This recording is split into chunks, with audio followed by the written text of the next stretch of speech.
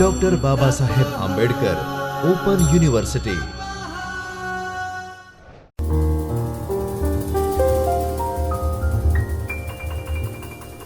નમસ્કાર વિદ્યાર્થી મિત્રો, ડૉક્ટર બાબા સાહેબ આંબેડકર ઓપન યુનિવર્સિટીના ચૈતન્ય સ્ટુડિયોમાં હું ડૉક્ટર ખુશ્બુ જાદવ, આસિસ્ટન્ટ પ્રોફેસર મેનેજમેન્ટ, આપ સૌ વિદ્યાર્થી મિત્રોનું હાર્દિક સ્વાગત કરું છું।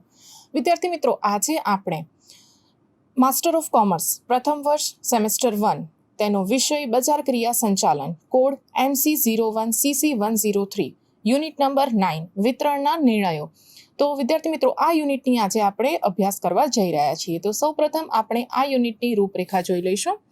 વિદ્યાર્થી મિત્રો, આજે આપણે વિતરણના નિર્ણયોમાં સૌપ્રથમ તેની પ્રસ્તાવના, ભૌતિક વિતરણનો અર્થ શું થાય તે, ભૌતિક વિતરણના ચાવીરૂપ નિર્ણયો વિશે વાત કરીશું। ત્યારબાદ ભૌતિક વિતરણના ફાયદા તથા ગેરફાયદા, છૂટક વેચાણનો અર્થ શું થાય, છૂટક વેચાણ અંગેના વિવિધ નિર્ણયો વિશે વાત કરવાના છીએ। ત્યારબાદ છૂટક વેચાણનું શું મહત્વ રહેલું છે, જથ્થાબંધ વેપારનો અર્થ શું થાય, તેના કયા પ્રકાર છે, જથ્થાબંધ વેપાર અંગેના વિવિધ નિર્ણયો, જથ્થાબંધ વેપારના ફાયદા, ઓનલાઈન વિતરણ કેવી રીતે થાય છે, ભારતમાં ઓનલાઈન વિતરણના ઉદાહરણો વિશે વાત કરીશું અને સેવા વિતરણ શ્રેણી તથા છેલ્લે સ્વાધ્યાય। તો વિદ્યાર્થી મિત્રો, આપણને પ્રશ્ન એ થાય કે વિતરણ એટલે શું અને ભૌતિક વિતરણથી તે કેવી રીતે અલગ પડે છે। ભૌતિક વિતરણની વાત કરીએ તો એ માર્કેટિંગનું અત્યારે એક અગત્યનું અંગ બની ગયું છે। આપણે તમામ પ્રકારની જાહેરાતની વાત કરીએ તો આ જાહેરાતો કર્યા પછી જો કોઈ યોગ્ય સમયે યોગ્ય વ્યક્તિને પેદાશનું વિતરણ ન થાય તો માર્કેટિંગનો કોઈ કાર્ય કારગત બનતું નથી, એટલે કે કોઈ પણ જાતનો અર્થ રહેતો નથી। એટલે કે માર્કેટિંગને લગતા તમામ ખર્ચાની વાત કરીએ તો તેમાં વિતરણનો જે ખર્ચ રહેલો છે તે ખૂબ જ અગત્યનો ભાગ ભજવે છે કે તેમાં માર્કેટિંગ કરવામાં એટલે કે વિતરણ કરવામાં તમે કેટલો ખર્ચ કરી રહ્યા છો। એટલે કે આ પ્રકરણમાં, આ યુનિટમાં આજે આપણે વિતરણના માર્ગનો ખ્યાલ, તેનો પ્રકાર, તેની પસંદગીને અસર કરતા પરિબળો વગેરેની ચર્ચા કરવા જઈ રહ્યા છીએ। વિદ્યાર્થી મિત્રો, આપણે જો શ્રી કોટલરના મતે જોઈએ તો ભૌતિક વિતરણનો અર્થ શું થાય।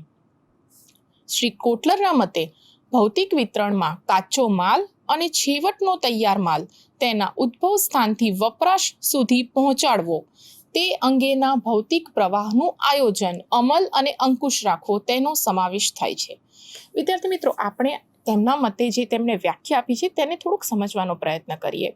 ભૌતિક વિતરણમાં શું આવે તો જ્યારે કાચો માલ હોય અને છેવટનો જે તૈયાર માલ બની જાય, એટલે કે જે અંતિમ પેદાશ હોય, જે પ્રોડક્ટ રેડી ટુ યુઝ છે કે જેને આપણે ગ્રાહકો સુધી પહોંચાડવી છે, તો તે તેના ઉદ્ભવના સ્થાનથી વપરાશ સુધી પહોંચાડી શકાય। તો આમાં કઈ કઈ વસ્તુનો સમાવેશ થાય કે તેના ભૌતિક પ્રવાહનું આયોજન કરવું પડે, તેનું અમલીકરણ થવું છે, સાથે સાથે અંકુશ પણ હોવો તેટલો જ જરૂરી છે। હવે આ ભૌતિક વિતરણના આપણે વિવિધ ચાવીરૂપ નિર્ણયોની વાત કરીએ। ભૌતિક વિતરણમાં ઘણી બધી પ્રવૃત્તિનો સમાવેશ થાય છે। આપણે જોઈએ તો દરેક કંપની વિવિધ પરિબળોને ધ્યાનમાં રાખીને ભૌતિક વિતરણની પદ્ધતિ નક્કી કરતી હોય છે।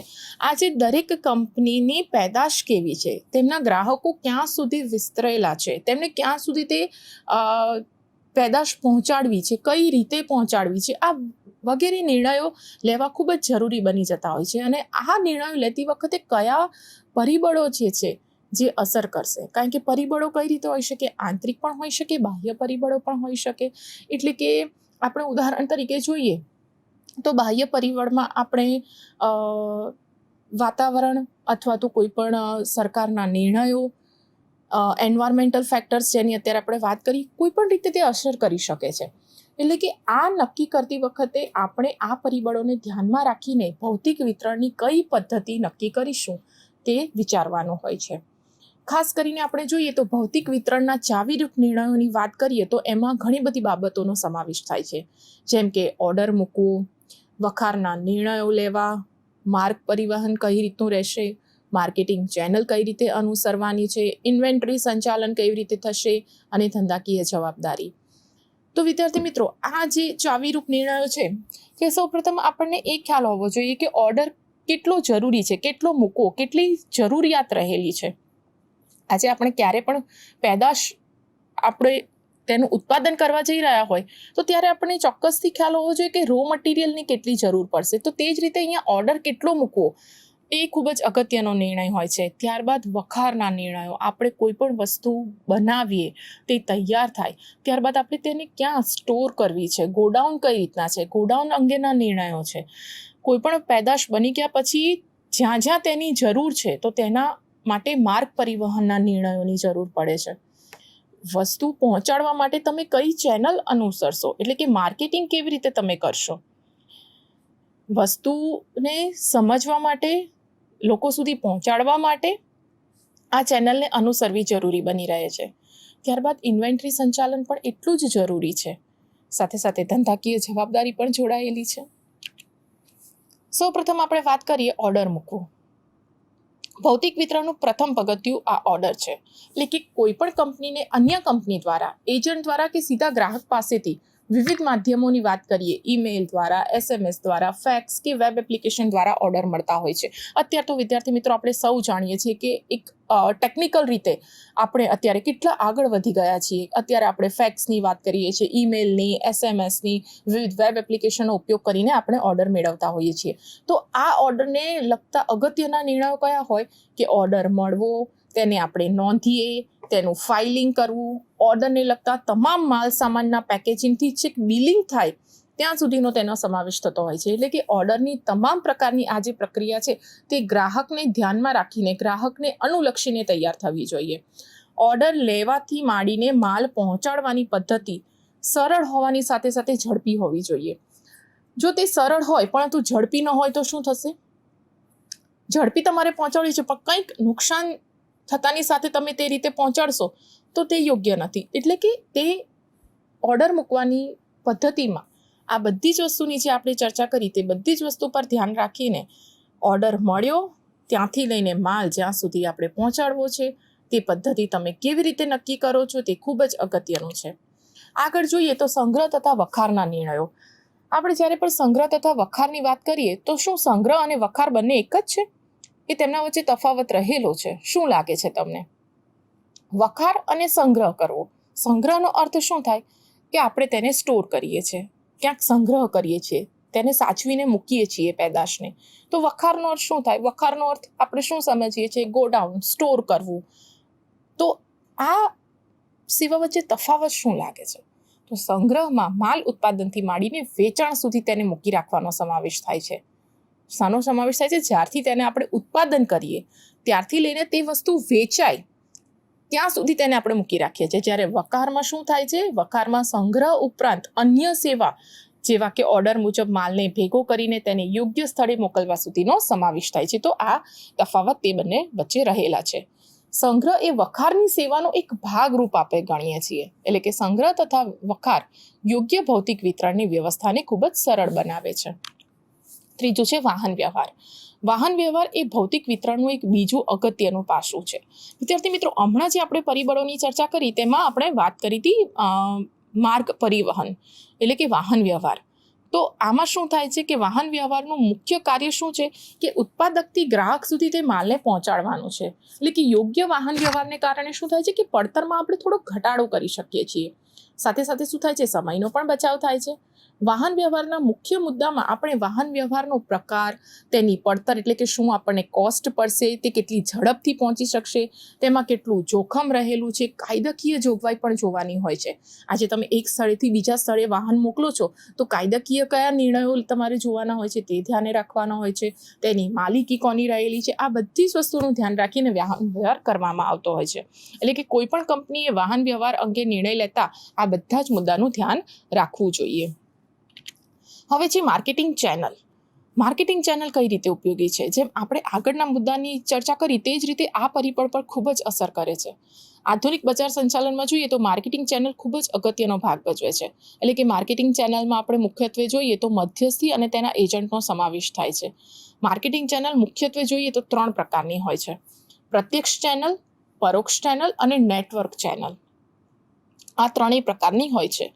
પ્રત્યક્ષ ચેનલમાં શું થાય છે? પ્રત્યક્ષ ચેનલમાં પેદાશના વિતરણમાં કોઈ મધ્યસ્થીનો સમાવેશ થતો નથી. અને પરોક્ષ ચેનલની વાત કરીએ તો તેમાં મધ્યસ્થીનો સમાવેશ થાય છે.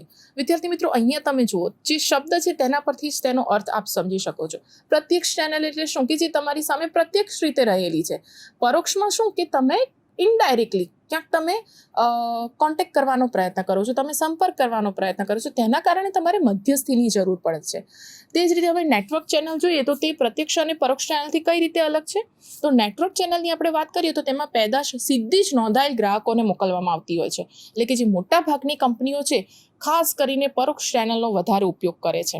જેમાં આપણે જોઈએ તો 1 level, 2 level, 3 level, multiple level આવી અલગ અલગ ચેનલનો સમાવેશ થાય છે. અને આ નિર્ણય લેતા ઉત્પાદકે તેને અસર કરતા પરિબળોને ધ્યાનમાં રાખીને આગળ વધવાનું હોય છે. ત્યારબાદ છે ઇન્વેન્ટરી સંચાલન. તો ઇન્વેન્ટરી સંચાલન શું છે? ઇન્વેન્ટરી સંચાલન સાદા શબ્દોમાં સમજીએ તો સ્ટોકનું સંચાલન, એટલે કે સ્ટોકમાં કાચા માલ તથા તૈયાર માલ બંનેના સંચાલનનો સમાવેશ થાય છે. દરેક કંપનીએ અમુક પર્યાપ્ત માત્રામાં ઇન્વેન્ટરીનો જથ્થો રાખવો જરૂરી છે. તો તેનું કારણ શું છે કે જ્યારે તમને જરૂર પડે અથવા તો નિયમિતપણે અથવા તો કોઈક સંજોગો એવા ઊભા થઈ જાય જ્યારે તમારી જોડે સ્ટોક ન હોય, કાચો માલ ન હોય, પણ તમારી જોડે જે અત્યારે તમે સંગ્રહ કરેલો છે તેનાથી તમે તમારું ઉત્પાદન કરી શકો. એટલે કે ઇન્વેન્ટરીને લગતો મૂળભૂત પ્રશ્ન કેટલો અને ક્યારે જથ્થાનો ઓર્ડર મૂકવો તે છે. જો જથ્થા અને સાચવણીની પડતર યોગ્ય રહે તો પડતરમાં ઘટાડો આપણે કરી શકીએ છીએ. એટલે કે દરેક કંપનીએ તેમની વાર્ષિક જરૂરિયાત કેટલી રહેલી છે, ઓછામાં ઓછી તેમને કેટલી ઇન્વેન્ટરીનો ઓર્ડર મૂકવો પડશે અથવા તો તેમને મૂકવો જોઈએ, તે માટે એક ખૂબ જ પ્રચલિત પદ્ધતિ છે જે આપણે અત્યાર સુધી તેનું નામ જાણીએ છીએ અને સમજ્યા પણ છીએ.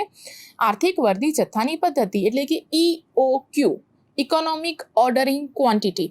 તો તેનું અહીંયા સૂત્ર પણ આપેલું છે, જેમાં A નો અર્થ થાય છે વાર્ષિક વેચાણ, O નો અર્થ થાય છે ઓર્ડરની પડતર, C નો અર્થ થાય છે જાળવણીની પડતર.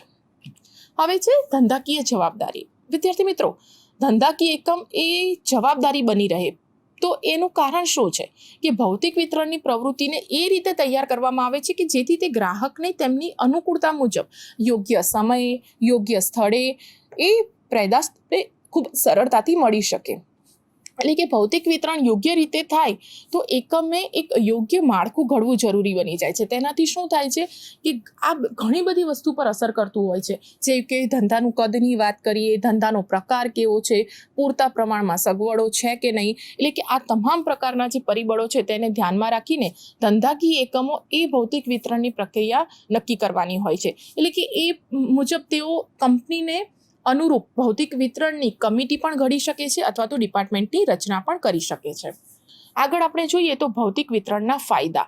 આપણે ભૌતિક વિતરણ શું છે તેનો અર્થ સમજ્યા, તેની વિવિધ પદ્ધતિઓ સમજ્યા. હવે તેના ફાયદા શું છે? તો સૌપ્રથમ ફાયદામાં ભૌતિક વિતરણ સમય અને તેની જગ્યાની જરૂરિયાતોને પૂર્ણ કરે છે. એટલે કે આપણને જ્યારે જોઈએ છે યોગ્ય સમયે, યોગ્ય જગ્યાએ ગ્રાહકોને તે માલ સામાન પૂરો પાડવામાં આપણને ખૂબ જ મદદરૂપ થાય છે. તે જ રીતે આપણે જોઈએ તો માર્કેટિંગનો મૂળભૂત હેતુ શું છે જેની આપણે શરૂઆતમાં ચર્ચા કરી. માર્કેટિંગનો મૂળભૂત હેતુ, તેનો ધ્યેય શું રહેલો છે? ગ્રાહકોનો સંતોષ પૂરો પાડવો. આજે કોઈ પણ કંપની, કોઈ પણ ધંધાકીય એકમ તમે જોશો તો તેનો પ્રાયોરિટી તે શું આપશે? તેમનો પ્રાથમિક હેતુ હશે કે ગ્રાહક એટલે કે જે કસ્ટમર છે તેમને સેટિસ્ફેક્શન, તેમને સંતોષ પૂરો પડે. એટલે યોગ્ય રીતે જો વિતરણ કરવામાં આવશે તો ગ્રાહકના સંતોષમાં આપણે વધારો કરી શકીએ છીએ. ગ્રાહકનો સંતોષ વધશે, તેની જરૂરિયાત મુજબ તેને જો યોગ્ય પેદાશ મળી રહેશે તો ગ્રાહક પણ ખુશ થાય છે અને તેમને વસ્તુની આગળ જતાં તેઓ પસંદગી કરવામાં સરળતા રહે છે. ત્રીજો ફાયદો જોઈએ તો યોગ્ય ભૌતિક વિતરણ દ્વારા શું થાય છે કે આ વ્યવસ્થાને કારણે ઉત્પાદન પ્રક્રિયા જે છે ને તેના પર સીધી અસર થાય છે. એટલે કે સ્થિર અથવા તો આદર્શ ભૌતિક વિતરણ પદ્ધતિના કારણે જે સતત ઉત્પાદન પ્રક્રિયા છે તે ચાલુ રહે છે. એટલે કે તેમાં કોઈ પણ પ્રકારનું વિઘ્ન આવતું નથી અને સતત તે પેદાશ નું ઉત્પાદન થાય છે. તેના લીધે સતત માંગને કારણે શું થાય છે કે તે પેદાશનું ઉત્પાદન પ્રક્રિયા ચાલુ જ રહે છે અને તે ચાલુ રહેવી પણ ખૂબ જ જરૂરી છે. કારણ કે કંપનીની ભૌતિક વિતરણ વ્યવસ્થા યોગ્ય હોય તો સતત તેને ઉત્પાદનને વેગ મળે છે. વેગ મળશે એટલે શું થશે કે પેદાશની માંગમાં પણ વધારો થશે. ત્યારબાદ ચોથું જોઈએ યોગ્ય વખાર સેવા અને વાહન વ્યવહારની સેવા. તો તે હોવાથી શું થશે કે પેદાશનો આપણે જે બગાડ વિચારીએ છીએ કે બગાડ થવાની શક્યતા છે, નુકસાન થવાની શક્યતા છે, આ બધામાં ઘટાડો થઈ જાય છે. એટલે કે જે સંગ્રહ કરેલો માલ છે એ જો એનો વીમો લીધેલ હોય તો તેનાથી પણ જોખમની માત્રા આપણે ઘટાડી શકીએ છીએ. ત્યારબાદ છે ભૌતિક વિતરણની યોગ્ય પદ્ધતિ હોવાથી શું થાય છે કે માલનો આપણે જે સંગ્રહ કર્યો છે તે પડતરથી માંડીને વાહન વ્યવહાર સુધીની પડતરમાં ઘટાડો થાય છે. એટલે કે પેદાશની કુલ પડતર ઘટી શકે છે અને આપણે નફામાં વધારો કરી શકીએ છીએ. છેલ્લે તેનો ફાયદો છે ભૌતિક વિતરણના કારણે શું થાય છે કે ગ્રાહકને જે સમયે જેટલી માત્રામાં યોગ્ય સમયે યોગ્ય જગ્યાએ જે પેદાશની જરૂર છે તે તેમને મળી રહે છે. તે મળી રહે એટલે ગ્રાહકને સંતોષ થાય છે અને તેની સીધી અસર શું થાય છે, પેદાશના વેચાણમાં વધારો થાય છે. વિદ્યાર્થી મિત્રો, હવે રિટેલિંગ એટલે કે છૂટક વેચાણ શું છે તેના વિશે આપણે વાત કરીશું. તો છૂટક વેચાણનો અર્થ થાય છે કે જે છેવટના વાપરનાર ગ્રાહક છે તેમને બિનધંધાકીય ઉપયોગ માટે માલ કે સેવાનું સીધું વેચાણ કરવાની આ બધી પદ્ધતિનો સમાવેશ થાય છે. એટલે કે જે ધંધાકીય એકમ આ પ્રકારનું વેચાણ કરે તેને આપણે છૂટક વેચાણ કર્યું છે તેમ કહી શકીએ. આની જો વ્યાખ્યાનો અર્થ આપણે સમજવો હોય તો શ્રી કેન્ડિક અને સ્ટીલના મતે આપણે જોઈએ તો છૂટક વેચાણમાં ગ્રાહક સુધી પેદાશને પહોંચાડવાની તમામ પ્રવૃત્તિ. તો તે પ્રવૃત્તિના પ્રકાર કયા હોઈ શકે? તો જ્યારે પણ છૂટક વેચાણ એટલે કે રિટેલિંગ કરવામાં આવે તો તેના મુખ્યત્વે 3 પ્રકાર પાડવામાં આવ્યા છે. એટલે કે દુકાનથી સ્ટોર્સ દ્વારા થતું વેચાણ, દુકાન સિવાય થતું છૂટું વેચાણ અથવા તો છૂટક વેચાણનું વ્યવસ્થા તંત્ર. તો મુખ્યત્વે તેને આ 3 ભાગમાં વિભાજિત કરવામાં આવ્યા છે. આપણે સૌપ્રથમ જોઈએ તો દુકાન કે સ્ટોર્સ દ્વારા જે વેચાણ થતું હોય તો તેમાં અનેક વસ્તુનું છૂટક વસ્તુઓનું વેચાણ થતું હોય છે તે દુકાન દ્વારા. તેનું કારણ શું છે કે તે નજીક મળી રહે છે. નજીક મળવાની સાથે તેની જે વેચાણ જે છે તે તેનું વધારે મળી રહે છે. તેના લીધે ઉત્પાદન વધે છે અને ગ્રાહકો સુધી તે સરળતાથી પહોંચી જાય છે. તે જ રીતે આપણે જો વિશિષ્ટ વસ્તુની વાત કરીએ તો અમુક પ્રકારની જ વસ્તુઓ આપણને અમુક સ્ટોર્સમાં મળતી હોય છે. તેના કારણે શું થાય છે કે જે ગ્રાહકને એ જ વસ્તુની જરૂરિયાત હોય તો તે જ દુકાને જઈને તે સ્ટોર્સે જઈને તે વસ્તુની ખરીદી કરતા હોય છે. ત્યારબાદ આપણે જોઈએ તો ડિપાર્ટમેન્ટલ સ્ટોર. એટલે કે ભારતમાં આપણે અત્યારે જોઈએ તો દિવસે ને દિવસે આ ડિપાર્ટમેન્ટલ સ્ટોરની સંખ્યા વધતી જઈ રહી છે. તો આ ડિપાર્ટમેન્ટલ સ્ટોરમાં કઈ વસ્તુઓનો સમાવેશ થાય છે? જેમ કે પ્રોવિઝન આઇટમ તમે ગણી લો, દવાઓ ગણો, રમકડાની વાત કરીએ, ક્રોકરીની વાત કરીએ, આ બધી આપણી અન્ય જરૂરિયાતની વસ્તુઓ છે જે આપણને ખૂબ જ સરળતાથી મળી રહે છે. આજકાલ તમે જુઓ તો સુપર માર્કેટ પણ ખૂબ જ વધી ગયા છે. સુપર માર્કેટમાં આપણે ખોરાકની વાત કરીએ, કપડાં કે જીવન જરૂરિયાતની બધી જ વસ્તુઓનો આપણે ઓછી કિંમતે તે સ્ટોર્સમાં મળી રહે છે. અને અમુક વખત હવે તો એવું થાય છે કે જે આપણા ઘરની નજીક જ હોય, જેમ કે ડીમાર્ટની વાત કરીએ, બિગ બજારની વાત કરીએ, તો આપણે જે નજીકમાં અવેલેબલ હોય ત્યાં જઈને આપણે ખરીદી કરતા હોઈએ છીએ. છેલ્લે જે ડિસ્કાઉન્ટ સ્ટોર્સ, અત્યારે આપણે જાણીએ છીએ કે દિન પર દિન જે કોમ્પિટિશન છે તે પણ વધતી જાય છે. લોકોને, ગ્રાહકોને પોતાના તરફ આકર્ષવા હોય છે તો કંઈક ને કંઈક તેઓને નવું કરવું પડતું હોય છે. એટલે કે તેઓ ડિસ્કાઉન્ટ્સ આપતા હોય છે. તો આના કારણે શું થાય છે કે ગ્રાહકો વધારે તે સ્ટોર્સમાં, તે દુકાનમાં જઈને ખરીદવા માટે આકર્ષાતા હોય છે. હવે આ જે દુકાન સિવાય છૂટક વેચાણ છે તો તેનો અર્થ શું થાય? એટલે કે મોટાભાગના છૂટક વેચાણ દુકાન દ્વારા થતા હોય છે. આપણે વર્તમાન સમયમાં જોઈએ તો દુકાન વગર છૂટક વેચાણનું પ્રમાણ ધીમે ધીમે દિવસે દિવસે વધતું જાય છે. તો તેમાં કયા પ્રકારની પદ્ધતિનો સમાવેશ થાય છે? તેમાં પ્રત્યક્ષ વેચાણ હોઈ શકે, ખરીદ સેવા તમે આપીને વેચાણ કરી શકો, વેચાણ યંત્રો દ્વારા તમે વેચાણ કરી શકો છો, અથવા તો ઉત્પાદક દ્વારા તમે પ્રત્યક્ષ વેચાણ કરી શકો છો. તે જ રીતે ત્રીજું છે વેચાણ વ્યવસ્થા તંત્ર. જ્યારે પણ આપણે છૂટક વેચાણની વાત કરીએ તો તેવી દુકાનો સામાન્ય રીતે વૈયક્તિક માલિકીની હોય છે. પરંતુ આમાં ખાસ કરીને જે આ કંપનીઓ, સહકારી મંડળી હોય તે આ પ્રકારની દુકાન ચલાવે છે. તો તે કયા પ્રકારની હોઈ શકે? જેમ કે કંપની દ્વારા ચાલતા ચેઇન સ્ટોર્સની વાત કરીએ, અથવા તો સ્વૈચ્છિક ચેઇન સ્ટોર હોય, સહકારી ભંડાર હોય છે, અથવા તો ખાસ કરીને અત્યારે ખૂબ જ પ્રચલિત છે, ઘણા વર્ષોથી અત્યારે બધા જ આ કરવા ઈચ્છતા હોય છે, ફ્રેન્ચાઇઝી દ્વારા વેચાણ. કારણ કે તેમને ખ્યાલ હોય છે કે આમાં તમે સરળતાથી આ જે પદ્ધતિ છે તેને તમે અપનાવી શકો છો અને સરળતાથી ગ્રાહકો સુધી પહોંચી શકો છો. વિદ્યાર્થી મિત્રો, છેલ્લે અત્યારે આ તમારા સ્વાધ્યાય માટે અમુક પ્રશ્નો આપેલા છે કે જેની તમે અભ્યાસ કરી શકો છો, જેની આપણે ચર્ચા કરી અત્યારે આ યુનિટમાં, કે ભૌતિક વિતરણનો અર્થ શું થાય છે, તેના ફાયદા, ભૌતિક વિતરણના ચાવીરૂપ નિર્ણયોની આપણે વાત કરી, છૂટક વેચાણ શું છે, તેના સ્વરૂપની, મહત્વની અને પ્રકારોની ચર્ચા કરી.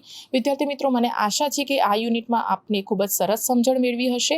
આ યુનિટના જે બાકીના મુદ્દા છે તેની આપણે હવે પછીના લેક્ચરમાં ચર્ચા કરવાના છીએ. આભાર.